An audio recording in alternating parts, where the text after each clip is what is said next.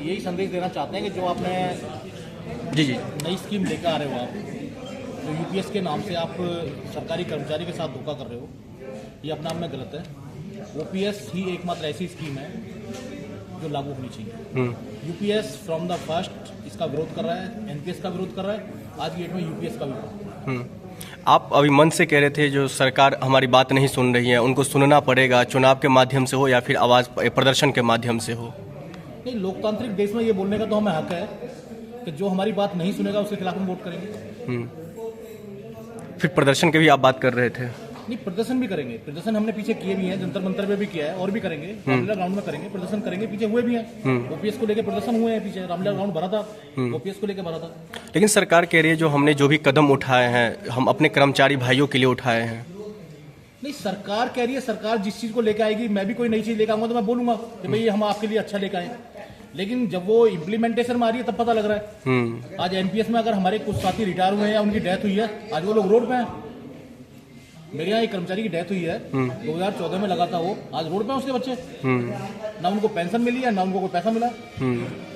सरकार कह रही है कि यूपीएस के लागू होने से लोगों में जश्न का माहौल है, मिठाइयाँ बटेंगी। हरियाणा के चुनाव के दौरान कहा था। नहीं, सरकार के पक्ष के जो कुछ लोग हैं, ऐसा तो होता नहीं सरकार में वो लोग बैठेंगे उनके पक्ष के लोग नहीं हैं। बहुत सारे लोग हैं उनके पक्षकार हैं, वो ये बात बोलेंगे। क्यों नहीं बोलेंगे?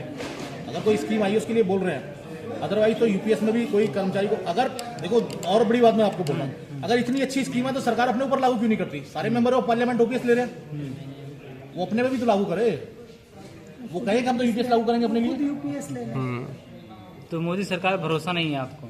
नहीं, सरकार कोई भी हो, मोदी का नहीं है, हमें कोई मोदी सरकार का विरोध नहीं है, किसी सरकार विशेष का विरोध नहीं है।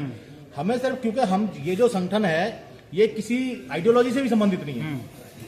हम जो कर्मचारी की बात करेगा, जो कर्मचारी के भले में बोलता है, जो कर्मचारी के लिए बात करेगा, उसकी बात करते हैं बस। लेकिन सरकार जिस तरीके से एक तरफ अपना दावा कर रही है और आप लोग अपना दावा कर रहे हैं, तो फिर इसका सोल्यूशन क्या है? नहीं, सोल्यूशन यही है कि सरकार को देखो, एक ना एक दिन सरकार को, पहले एनपीएस को सरकार कहते थे एनपीएस हम चेंज ही नहीं करेंगे, एनपीएस ही रहेगा, जो हम ले आए हैं स्कीम वही रहेगी। जो नेशनल पेंशन सिस्टम वो लेकर आए थे 2000 में, उन्होंने कहा वही रहेगा। आज की डेट में फिर वो हमारे ऊपर दबाव बना रहे कि आप यूपीएस में आइए, हमने आपको एश्योर्ड पेंशन दे दिया है।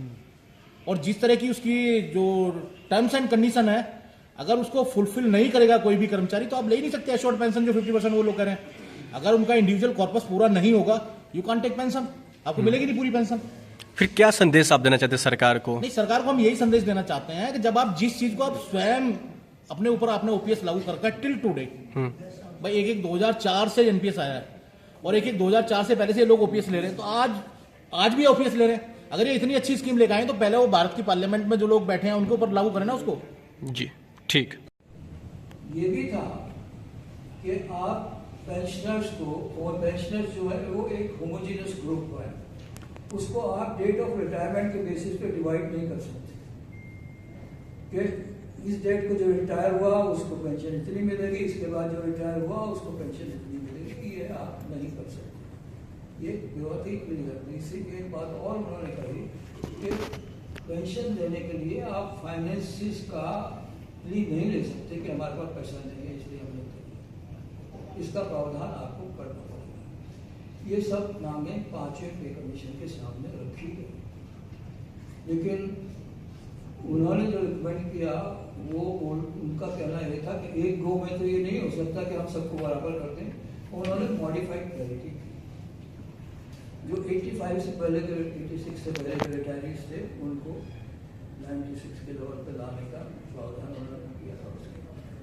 उसके बाद फिर 6th पे कमीशन आया, फिर ये मांग जोर पकड़ी।